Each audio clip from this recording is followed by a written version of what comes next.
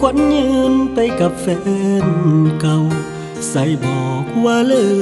กกับเขาคนฮักเก่าบ่เอาอีกแล้วแต่มาวันนี้เห็นคนดียืนเฮียงเคียงแอวน้ำตาของอายแต่แควไหลลงแล้วอาบแก้มสองข้างโอ้โนแอวบางน้องนางเจ้าลืมลงใดบอกฮักอายหมดใจสุดท้ายเป็นเพียงขออ้างเจ้ายังฮักเขาคือบ่บอกอายเด้อน้องนางคบกับอายไปเพื่ออีหยังถ้ายังบ่ลืมแฟนเก่าขอเว้าสั้นๆอายคนคือกันเด้อบ่แม่นควายคือมาตัวอายหรืออยากผ่อนคลายคบเพียงแก้งันใส่ว่าสิฮักกับอายแล้วสิลืมเขาบัดนี้บ่จำคำเว้าที่สองเฮาเคยสัญญากันปัจจุบันอายคงฝันแต่เพียงผู้เดียวบอกฮักอายแน่นเหนียวน้องมาเบี้ยวลืมเพียงพัน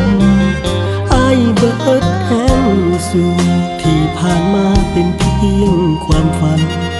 น้องบอกว่าสิฮักกันแต่น้องนั้นบ่ลืมแฟนเก่า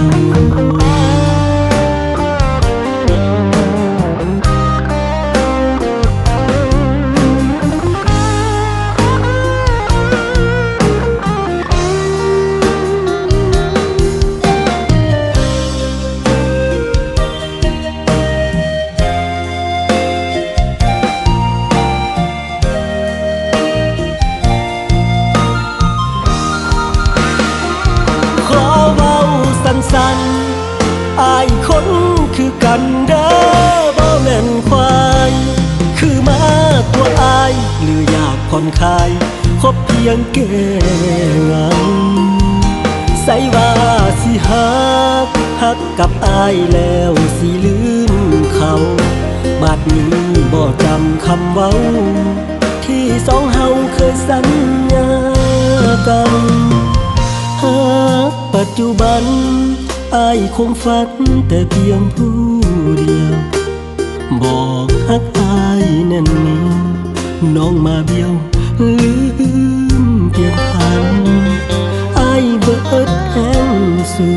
ที่ผ่านมาเป็นเพียงความฝันน้องบอกว่าสิฮักกันแต่น้องนั้นบ่ลื